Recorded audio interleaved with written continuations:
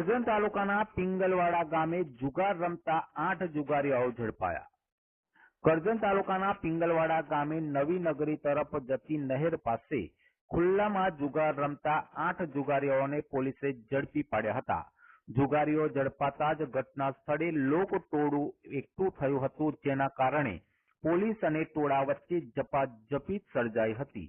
ઝપાઝપી દરમિયાન ઝડપાયેલા કેટલાક આરોપીઓ ભાગી છૂટવામાં સફળ થયા હતા, જેથી મામલો વધુ બીચક્યો હતો. જોકે પોલીસની ઝડપી કાર્યવાહીથી 2 જુગારીઓ સહિત અન્ય 7 ઈસમોની ધરપકડ કરવામાં આવી છે. સદનસીબે આ ઝપાઝપી દરમિયાન કોઈ પોલીસ કર્મચારીને જાનહાનિ પહોંચી નથી.